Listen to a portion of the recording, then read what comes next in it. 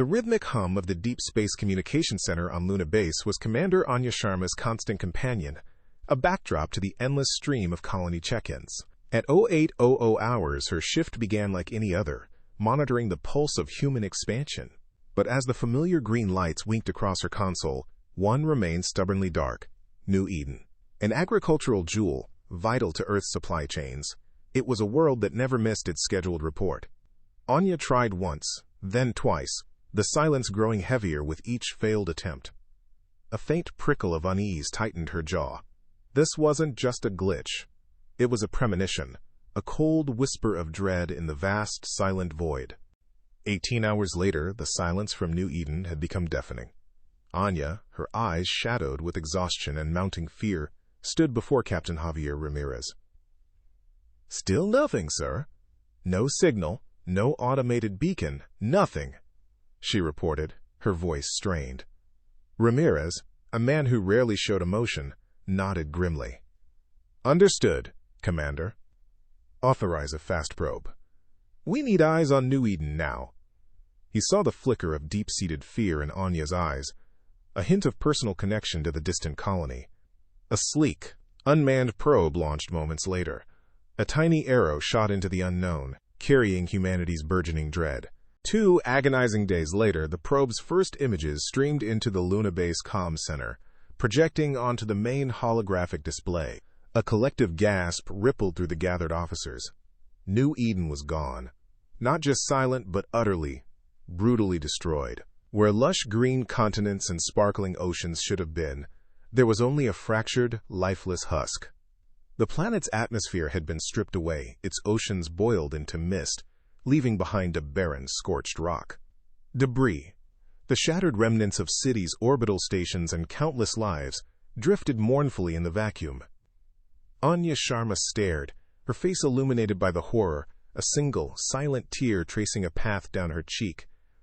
A choked whisper escaped her lips. Who did this? The answer came swiftly, chillingly. Captain Ramirez's technical team, working with grim efficiency, cross-referenced the weapon signatures embedded in the planetary debris. The Kthvar. "It's their weapons," Ramirez announced, his voice tight with controlled fury. He explained their history, a species known for ruthless expansion, a disregard for treaties, and a penchant for overwhelming force. Anya's grief solidified, transforming into a cold, burning anger. "This is genocide," she stated, her voice trembling with the weight of the word. Her fists clenched. "Contact Earth. Contact the Galactic Council. This cannot stand. They need to know what the Kthvar have done." The emergency message, raw with outrage, shot through the void, carrying humanity's unified demand for justice. Deep within the secure briefing room beneath Earth's capital, President Aris Thorne stood before a holographic projection of New Eden. It was not the vibrant green world it had once been, but a shattered, lifeless husk, its oceans boiled away, its atmosphere a ghost. Her voice, usually so steady, was thick with a grief that resonated with every global leader present. 2.3 million human lives, she stated, her eyes fixed on the devastation, including a dear friend, were ended in a single day. A single defiant tear traced a path down her cheek, but her gaze was resolute. Across every human world, from the orbital metropolises of Mars to the nascent colonies of the Outer Rim, the news spread like wildfire.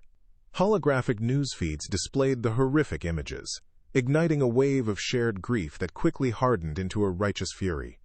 Humanity, once a sprawling collection of cultures, found itself unified by an unspeakable atrocity. On the neutral world of Sanctuary, within the grand, diverse chamber of the Galactic Council, the human ambassador presented irrefutable evidence.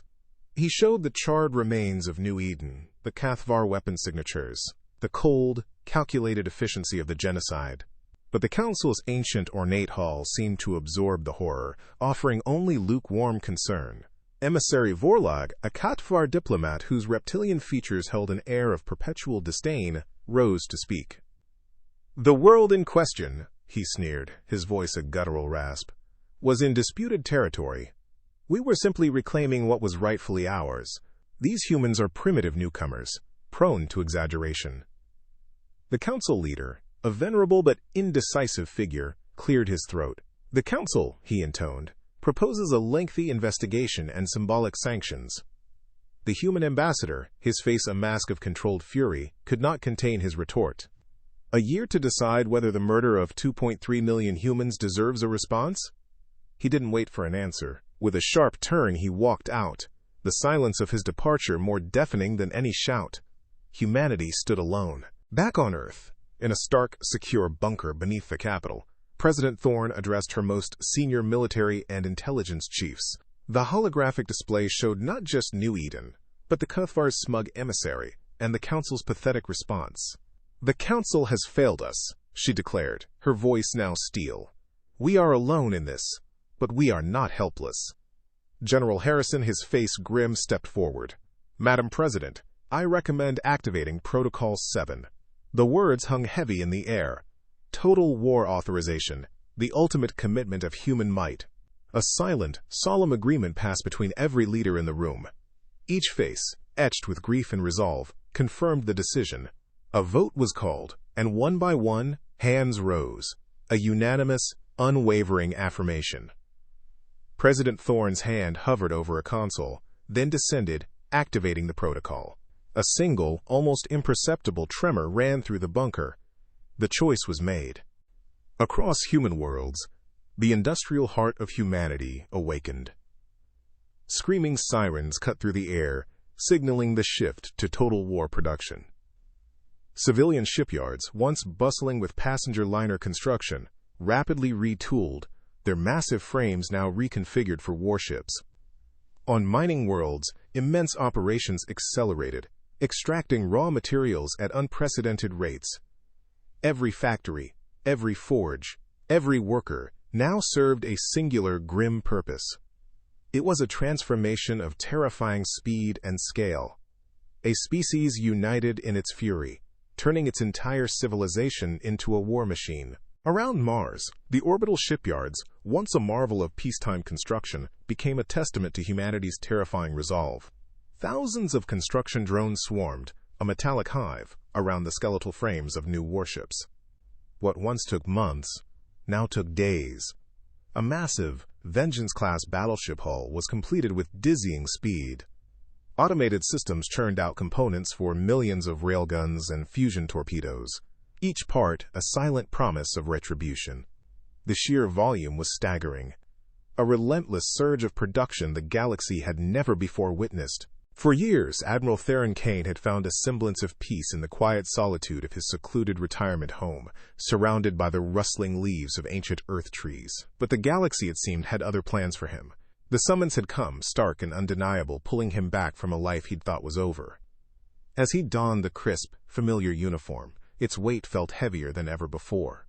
He recalled the countless times the Galactic Council had deliberated, equivocated, and ultimately failed to act, leaving countless species to suffer under the heel of aggressive powers. He remembered a bright young protege, lost decades ago in a, quote, disputed territory skirmish that could have been prevented had the Council possessed even a fraction of the will now burning within humanity. This recall was no eager return to glory. It was a grim, solemn duty. A profound conviction settled in his bones. New Eden would not be another preventable tragedy, not on his watch. He would ensure no other world would face its fate. The journey to Mars naval yards was a silent one, a stark contrast to the cacophony of metal and energy that now greeted Admiral Kane. From a high observation deck, he gazed upon a spectacle that stretched beyond the horizon. Orbital shipyards, once a marvel of peaceful construction, now a churning vortex of war. Skeletal frames of gargantuan warships, the new Vengeance-class battleships, were being assembled at a terrifying pace. His aide, a young officer with wide, awed eyes, approached, offering a data slate. "Admiral," she reported, her voice barely a whisper against the distant hum of industry. "Production has increased by 3,000% in a single week. We're on target for your projections." Kane's stoic face remained largely unreadable, but a subtle tightening around his eyes betrayed his grim satisfaction. "Unprecedented," he murmured, his voice a low rumble. "Truly unprecedented." The sheer, unified purpose of humanity was a force to behold. Later, in a stark, functional briefing room, holographic tactical displays flickered around Kane. He reviewed intelligence on the Kthvar Hegemony, their fleet designs, their over-reliance on energy weapons. The Kthvar, like so many galactic powers, had come to believe that energy shields and directed energy weapons were the pinnacle of space combat. They were wrong. Humanity, in its pragmatic fury, had doubled down on kinetic solutions. Railguns that fired projectiles at relativistic speeds, fusion torpedoes that detonated with the force of a small star, and missile swarms designed to overwhelm point defenses. Kane knew the Kthvar would dismiss these as primitive weapons, a fatal strategic blindness that would cost them everything. He saw simulations of kinetic impacts tearing through energy shields as if they were made of paper. This was not a fair fight, it was an execution by design. A crisp, holographic projection of President Aris Thorne materialized in Kane's office, her face etched with a mix of weariness and unyielding resolve. "Theron," she began, her voice carrying the weight of command. "Report on fleet readiness. I need to know when we can strike." Kane met her gaze, his posture unyielding. "Madam President, within 6 months we will have 500,000 combat vessels and 100,000 logistics ships ready for deployment." A flicker of surprise, almost imperceptible, crossed Thorne's face. Her eyes widened fractionally, a testament to the scale even she, the leader of Earth Alliance, had not fully grasped. 500,000, Theron?" she repeated, the number a stunned whisper. "Are you certain those numbers are correct?" Kane's reply was firm, unwavering. "Absolutely, Madam President. The numbers are precise." The grim determination in his voice left no room for doubt. Kane ended the call, his gaze sweeping across the bustling shipyards outside his viewport. 500,000 warships. It was a staggering number, yet it was merely a reflection of the will of 200 billion angry humans, spread across 300 worlds. The attack on New Eden had done something profound to humanity. It had unified the species in a way no political movement or common enemy ever had. Volunteer numbers for the military had exceeded all capacity. Every factory hummed with purpose. They don't understand, Kane thought, what 200 billion angry humans can accomplish when working together. This collective will, this silent, unbreakable unity, was humanity's most potent weapon. No alien power, steeped in millennia of cautious diplomacy and limited warfare, truly comprehended its depth or its terrifying potential. His thoughts were interrupted by the arrival of a communications officer, her face pale. "Admiral, new scout findings," she reported, her voice hushed. "The Kthvar have attacked 2 more non-human colonies, the Veltar and the Gorok. Same pattern as New Eden. Complete planetary bombardment." Kane's jaw tightened, the news igniting a fresh spark of cold fury within him. He already knew the Galactic Council's response. Predictably ineffective, hollow condemnations, more promises of sanctions that would never be enforced. The endless cycle of alien indifference. He gave a terse nod. "Then our preparations are righteous," he stated, his voice a low, gravelly growl. The Kthvar had just signed their own death warrant, not once, but thrice. Humanity's path was the only one. Captain Eva Rostova, a woman whose career had been forged in the crucible of countless border skirmishes, strode into Admiral Kane's office at the Mars Naval Yards. Her posture was ramrod straight, her expression a mask of professional stoicism, but within her, a tremor of anticipation vibrated. The air in the yards thrummed with the energy of a species preparing for total war. Admiral Kane, his gaze as heavy as ever, offered a curt nod of welcome. "Eva, I have a ship for you." He led her to a viewport overlooking Docking Bay 7, a cavernous space that dwarfed anything Rostova had ever witnessed. There, suspended in the silent void, was the HFS Retribution. 2 kilometers of reinforced hull, bristling with weaponry, it was a beast of war, a true Vengeance-class battleship. And it was but one of 50,000 such vessels. Rostova's practiced composure faltered. "Jesus, Theron," she breathed, the words barely audible. "We're not just building a fleet, we're building an armada that could conquer half the galaxy." A profound awe settled over her, quickly followed by a chilling internal question. Was this justice, or simply a greater atrocity? The weight of humanity's vengeance, immense and terrifying, had just settled squarely upon her shoulders. Stepping onto the bridge of the HFS Retribution, Eva Rostova felt the raw power of the vessel hum beneath her boots. The bridge was a symphony of advanced technology and grim purpose, designed for efficiency, not comfort. Crew members, a diverse assembly of humanity's unified anchor, greeted her with crisp salutes and determined eyes. She moved among them, a silent commander absorbing the readiness of her new domain. She saw the massive kinetic weapon systems, the multi-layered armor plating, the formidable energy shields, every component forged for a singular, brutal purpose. This ship was a tool, honed to razor sharpness, a physical manifestation of humanity's fury. She settled into the command chair, the cool metal, a stark reminder of the immense task ahead. The Retribution was a promise made manifest, a promise of devastation. Back in Kane's office, the grim reality of galactic politics intruded. An aide, looking uncomfortable, projected a holographic message from the Galactic Council. "Sir," he began, his voice hesitant, "the Council has completed their investigation into New Eden. They've imposed economic sanctions against the Kthvar for 10 years. Kane and Rostova exchanged a look, a silent agreement of utter contempt and cold fury passing between them. The holographic council leader's face, earnest and apologetic, seemed to flicker out of existence under the weight of their combined disdain. Kane's voice, low and dangerous, cut through the silence. "Tell them," he instructed, his gaze fixed on the aide, "that humanity declines to recognize the Council's authority in this matter. We will handle the situation ourselves." It was a definitive, irrevocable break, a declaration that humanity would no longer tolerate hollow gestures where justice demanded blood. "You have 10 days, Captain," Kane stated, his voice devoid of emotion, "to finalize your ship and crew's readiness. Then, you will deploy to your forward positions." Rostova nodded, her jaw tight. The timeline was aggressive, but achievable. A question, however, lingered, a ghost of a doubt in the face of such overwhelming power. "May I ask, Admiral," she ventured, her voice steady, "what our rules of engagement will be?" Kane didn't answer immediately. He simply turned, his back to her, and stared out at the bustling shipyards, at the thousands of warships assembling in the void. His silence was not evasive. It was an answer more brutal than any spoken decree. In that profound quiet, Rostova understood. There would be no quarter given for genocide. The implicit understanding hung heavy in the air. Humanity intended to deliver a final, chilling lesson. 6 months had passed since the Kthvar's atrocity. On the bridge of the HFS Retribution, Captain Eva Rostova stood, her gaze sweeping across the main view screen.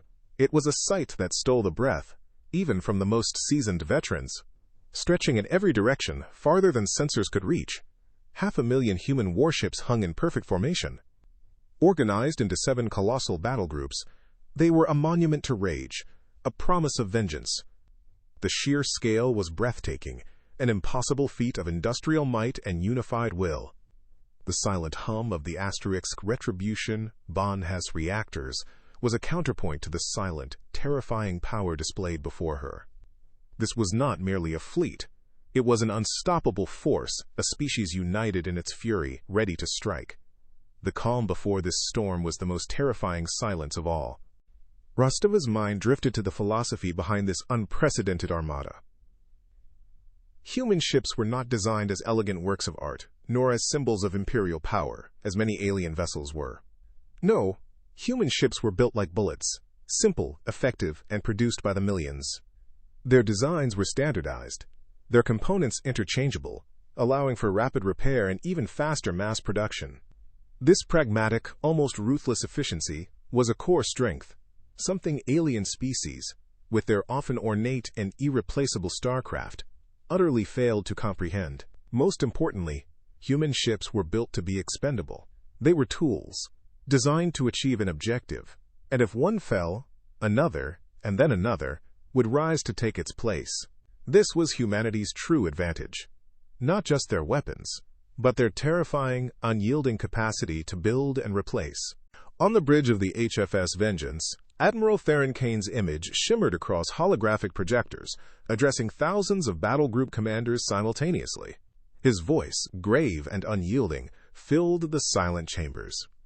For 6 months, the Kthvar Hegemony has continued its expansion, emboldened by the Council's inaction, but their reign of terror ends today. Kane gestured, and a star chart flared to life, highlighting 17 Kthvar core systems. Our objective is simple: complete destruction of the Kthvar Hegemony as a military and political entity. He detailed the simultaneous, overwhelming attacks, each strike designed to cripple infrastructure and shatter their will. Captain Eva Rostova, watching from the Retribution's bridge, felt the breathtaking scope of the plan, a blueprint for total annihilation, leaving no room for Kthvar escape or recovery. A flicker of annoyance crossed Kane's face as a new data packet appeared. "Moments ago," he announced, "the Galactic Council issued a final plea for restraint. They urge us to seek diplomatic solutions." A collective, almost imperceptible scoff rippled through the holographic audience. Kane's gaze hardened. "We stand here today because diplomatic solutions failed the 2.3 million souls of New Eden. Humanity is done with empty words." His voice deepened, resonating with unyielding resolve. "We will use exactly as much force as necessary to ensure that no species ever again believes they can genocide human civilians without consequences." Across the Armada, commanders, including Rostova, offered silent, resolute nods. There would be no turning back. On the bridge of the HFS Retribution, Captain Eva Rostova felt the familiar, cold calm of imminent battle settle over her. "All battle groups report full readiness, Captain," her communications officer confirmed. "Weapons and shields?" she asked, her voice steady. "All weapon systems armed and ready." "Shields at maximum, Captain," the tactical officer replied. Navigation confirmed the synchronized combat jump coordinates, locked and verified. The vast human fleet, stretching further than the eye could see, hummed with contained power. The countdown timer on the main display ticked silently, a harbinger of the storm about to break. Across the Kthvar border regions, human scouts had indeed detected increased Kthvar military activity, a frantic, belated consolidation of forces. But it was too little, too late. The Kthvar, blind to humanity's true potential, remained confident. Emissary Vorlag's sneering dismissal of humans as primitive newcomers at the Galactic Council still echoed in the halls of Kthvar power. The truth was that most alien species couldn't comprehend humanity's industrial capacity, nor the depth of their fury. They had fatally underestimated a species unified by a singular righteous rage.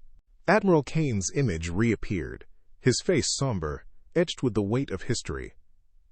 "Commanders, crew," he began, his voice carrying an almost sacred resonance. 6 months ago, the Kthvar murdered 2.3 million human civilians in an act of unprovoked genocide. They believed us weak, disorganized, a species to be discarded. His gaze swept over the projections of his fleet, hundreds of thousands of ships. "Today we ensure that such an atrocity never happens again." Silent tears glistened on some crew members, faces on the Retribution, hands gripping controls tightly. The vow resonated through every ship, every soul. In the Draura system, Kthvar Admiral Xylos leaned forward on the bridge of the asterisk-burning Talon. His 4 eyes narrowed. "Scan again. These readings cannot be correct." His sensor operator, a smaller, more frantic Kthvar, stammered, "Sir, sensors confirm. Multiple contacts incoming. Estimate, 60,000 enemy vessels." Xylos recoiled, disbelief warring with a dawning horror. His 800-ship defense fleet was utterly dwarfed. This was an impossible number, a force that defied all known galactic military logic. The true scale of human power, previously unimaginable, was about to become devastatingly clear. 60,000 human warships materialized simultaneously across 17 Kthvar systems. The sudden appearance alone sent shockwaves through Kthvar defenses. On the asterisk Retribution, Captain Rostova's voice was a low, steady command. "Execute Battle Plan Alpha. Kinetic bombardment range. Maximum firepower." 600,000 railgun rounds, each a hyper-dense projectile, screamed through the void. They struck Kthvar energy shields, which, designed for energy-based attacks, proved useless. Devastating impacts tore through ships, ripping them apart in silent explosions of shrapnel and venting atmosphere. "Shields are useless," a panicked Kthvar tactical officer shrieked. "They're firing solid projectiles! Our barriers can't stop them!" The Kthvar fleet, reeling from the initial onslaught, desperately returned fire. Beams of crimson energy lanced out, striking human ships, but human shields, designed with kinetic absorption in mind, shimmered and held. Armor plates, thick with ablative layers, barely registered the impacts. Minimal casualties reported. Rostova's tactical officer calmly stated. She simply watched, a grim satisfaction in her eyes. Let them come. Within 5 minutes, hundreds of Kthvar ships were annihilated, their once proud formation breaking into a panicked, disorganized rout. Their energy weapons, their pride, were a joke against human defenses. In a desperate suicidal charge, the surviving Kthvar ships lunged forward. All ships, prepare fusion torpedoes. Fire when they reach optimal range, Rostova ordered, her voice devoid of emotion. Thousands of fusion torpedoes, each a contained star, bypassed the Kthvar point defenses with ease. Blinding nuclear fire erupted, consuming entire Kthvar battleships. Admiral Xylos watched, his 4 eyes wide with despair, as his fleet evaporated. "Impossible," he whispered, his voice broken. "How can they build so many ships? How can they arm them with such weapons?" His last hope shattered, replaced by the cold, hard reality of annihilation. As the last of his fleet disintegrated around him, Admiral Xylos received desperate pleas for surrender from his remaining captains. With a trembling claw, he ordered a channel, opened to the human fleet. Captain Rostova's face appeared on his console, her expression cold and resolute. "This is Captain Eva Rostova of the human fleet. You have 30 seconds to surrender all remaining vessels unconditionally." Xylos choked on his next breath. 30 seconds. His voice, raspy with defeat, managed, "We surrender." The humiliation was complete. The Kthvar fleet broken, their hubris repaid in full. In the Kth Prime system, Admiral Kane's Battle Group 1 was equally swift and brutal. 3,000 enemy ships and orbital defenses were destroyed in a mere 47 minutes. But then, a different kind of order was given. Kane broadcast a message to the planet's civilians, his calm face projected onto their terrified skies. "Your military forces have been destroyed. We are not here to conquer your world or enslave your people. We are here to end your government's policy of genocide." It was controlled aggression, a clear declaration of justice, not wanton destruction. Across the galaxy, in a mere 72 hours, all 17 Kthvar systems targeted by humanity fell.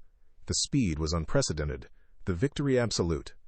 Humanity systematically dismantled the Kthvar military infrastructure.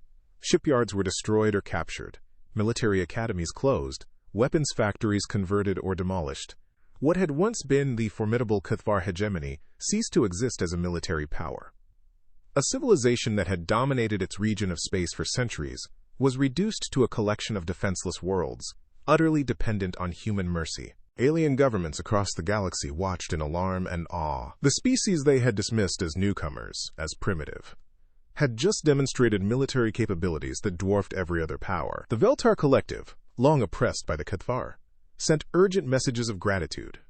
The pragmatic Zephyrian alliance immediately sought new treaties. Even the Galactic Council, stunned into submission, issued a message recognizing humanity's right to self-defense, a stark, humiliating reversal of their earlier dismissals. The galactic power dynamic had shifted, irrevocably. 3 months after the war, the Galactic Council chamber on Sanctuary was a subdued place. The council leader, visibly shaken, convened the session not to condemn, but to discuss the unprecedented events of the past week. He called for a re-evaluation of galactic power dynamics.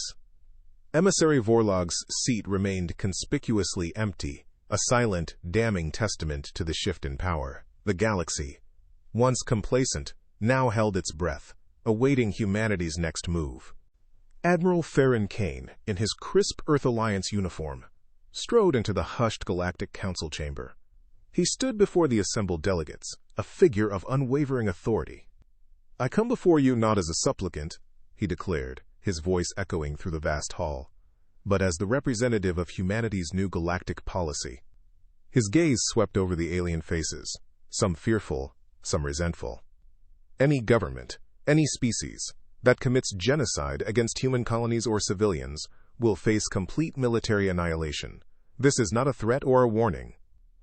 It is a statement of fact. Kane continued, detailing the practical implications of humanity's new doctrine. Effective immediately, all merchant vessels traveling through human-controlled systems must submit to inspection for weapons of mass destruction. He paused, letting the weight of the statement settle. And by the end of this year, no corner of the galaxy will be more than 72 hours away from human intervention. Humanity, once a peripheral species, had self-appointed itself the galaxy's de facto enforcer against atrocity. Whether the Council liked it or not, the delegates stirred, a mixture of fear and grudging respect on their faces. Across the vast expanse of the galaxy, the promise became reality. Human warships, numbering in the hundreds of thousands, established new patrol routes, conducted training drills, and built new bases in previously uncharted or neglected sectors. Allied species, once constantly wary of the Kthvar or other aggressive powers, began to feel a sense of security they hadn't known before. Humanity's unwavering commitment to its new role was evident in every shimmering energy shield, every silent patrol. The 72-hour intervention capability was not a boast. It was a permanent, omnipresent watch. 6 months after the Kthvar military's destruction, Commander Anya Sharma stood within the massive New Eden Memorial Station, orbiting the silent, scarred star of the lost colony. She walked through halls of polished, dark stone, inscribed with the names of the 2.3 million victims. Her grief was still present, a dull ache, but now it was mingled with a quiet, fierce sense of purpose. Her hand traced a familiar name, a silent promise. Her presence here symbolized the enduring impact on ordinary humans, reminding all that the vengeance, though brutal, was born of profound loss. Never again, she thought, will be more than just words. A final wide shot showed the New Eden Memorial Station, a majestic beacon of remembrance, gleaming against the backdrop of stars. It was a monument not just to the lost, but to humanity's power and its new, unyielding resolve. New Eden was a wound that would never fully heal, but it was also the crucible in which humanity's new purpose was forged. The galaxy would never again forget the price of genocide, for humanity would never let them. The era of silent suffering was over. The era of humanity's unrelenting storm had begun.